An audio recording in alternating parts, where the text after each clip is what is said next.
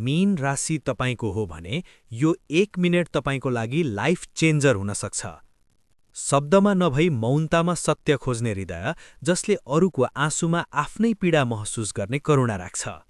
तपाईको वरपर कोही यस्तो व्यक्ति हुनुहुन्छ जो अत्यन्तै भावुक र दयालु, जो अरूको सेवामा आफूलाई भुल्छ, जसको कल्पना शक्ति यति बलियो छ कि आफ्नै सुन्दर संसारमा हराइरहन्छ र जो बाहिर आधुनिक देखिए पनि भित्रबाट आध्यात्मिक र रहस्यमय छ।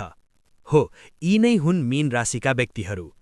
स्वामी ग्रह बृहस्पतिको प्रभावले तपाईको लागि संसार केवल भौतिक वस्तु होइन, एउटा गहिरो अनुभव हो। तपाईको सबैभन्दा ठूलो शक्ति नै इन्ट्युसन र रचनात्मकता हो। तपाई मान्छेको अनुहार हेरेरै उसको मनको बह बुझ्न सक्ने क्षमता राख्नुहुन्छ। तर तपाईको अत्याधिक भावुकताले गर्दा कहिलेकाहीँ तपाई यथार्थबाट टाढा भाग्न खोज्नुहुन्छ। अरूलाई नाई भन्न नसक्ने कमजोरीले गर्दा मानिसहरूले तपाईको फाइदा उठाउन सक्छन् र सानो कुरामा धेरै चिन्ता लिने बानीले मानसिक अशान्ति दिन सक्छ। यदि तपाई आफ्नो भावनात्मक शक्तिलाई सही दिशा दिन र आफ्ना सपनालाई हकीकतमा उतार्न चाहनुहुन्छ भने आफ्नो स्वामी ग्रह बृहस्पतिको सन्तुलन मिलाउन जरुरी छ। यो सामान्य जानकारी हो। विस्तृत विवरण कुण्डलीको ग्रह अवस्थामा निर्भर गर्छ। जानकारी उपयोगी लाग्यो भने लाइक, शेयर र फलो गर्न नबिर्सनुहोस्।